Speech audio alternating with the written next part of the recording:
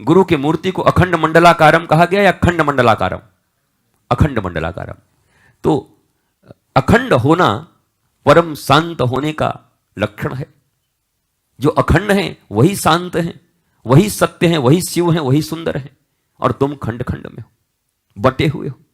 बटा हुआ व्यक्ति शांत कैसे हो सकता है? खंड खंड में बटा हुआ व्यक्ति शीतलता को कैसे उपलब्ध हो सकता है? सत्य को कैसे उपलब्ध हो सकता है? प्रेमता को कैसे उपलब्ध हो सकता है? भक्ति को कैसे उपलब्ध हो सकता है? नहीं हो सकता। इसलिए खंड खंड में बटना छोड़ो, अखंड बनो, असीम बनो, अनंत बनो। अभी तुम सीमा में हो, इसलिए तुम्हें परेशानियां होती हैं। अब सीमा पार कर रहे हो, मैं बता दे रहा हूं। सीमा में हो क्यों? असीम रहो, असीम की संतान हो। मम एवांश जीव लोके जीव भूत सनातन, ईश्वर अंश जीव अविनाशी। भगवान तो कह रहे हैं तुम असीम हो, भगवान तो कह रहे हैं तुम अनंत हो, भगवान तो कह रहे हैं तुम अखंड हो। तुम क्यों खंडित होना चाहते हो?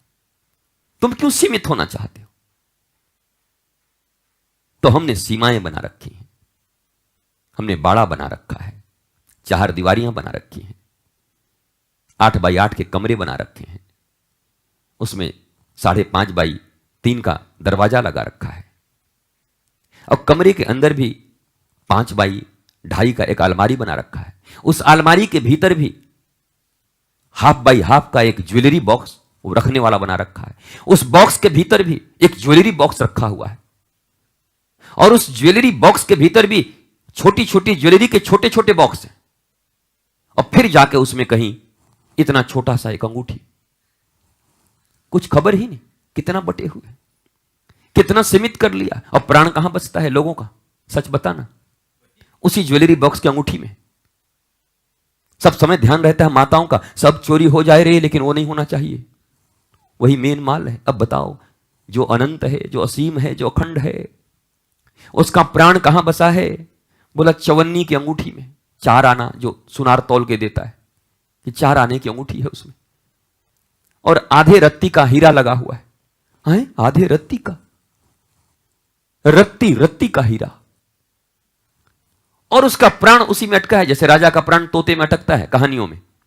उस राजा का प्राण तोते में अटकता था, और हमारे प्राण वही डिबियों में अटके हुए हैं।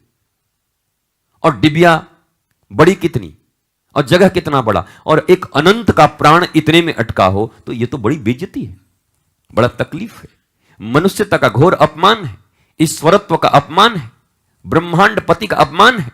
उनके संतान कहलाने के अधिकारी नहीं है कि राजा का बेटा और भीख मांगता हुआ सड़कों पे घूम रहा है। और भीख भी महावीर और बुद्ध की तरह मांगे भिक्षुक बनकर, तो बात समझ में आती है उस परम आत्मा को उपलब्ध होने के लिए भिक्षुक बने हुए हैं, अहंकार को मिटाने के लिए। पर पेट को पालने के लिए अगर कोई भिक्षुक बनता है तो यह बड़ी गर्हित अवस्था है किसी मनुष्य के लिए। बुद्ध का भिक्षुक होना, महावीर का भिक्षुक होना, और भगवान वामन का भिक्षुक होना, और तुम्हारे भिक्षुक होने में बड़ा अंतर है। तुम इच्छुक हो, वो भिक्षुक है। तुम इच्छुक हो, किसी न किसी चीज की इच्छा तुम्हें दर दर पे ले जा रही है, दर दर पे सर पटकने को मजबूर कर रही है, दर दर पे तुम्हें झूठ बोलने को मजबूर कर रही है। दर दर कबीर कुत्ता काम का दर दर दूर दूर होए, ऐसे ही कुछ और होगा, लेकिन मूल अर्थ यही है। ठीक ठीक वही थोड़ी याद है। जो काम का कुत्ता है वो दर दर पे दूर दूर होता है, और कबीर कुत्ता राम का एक ही दर पे बैठ के डीएम साहब के कुत्ता की तरह पट्टा पहन के रबड़ी मलाई खाए।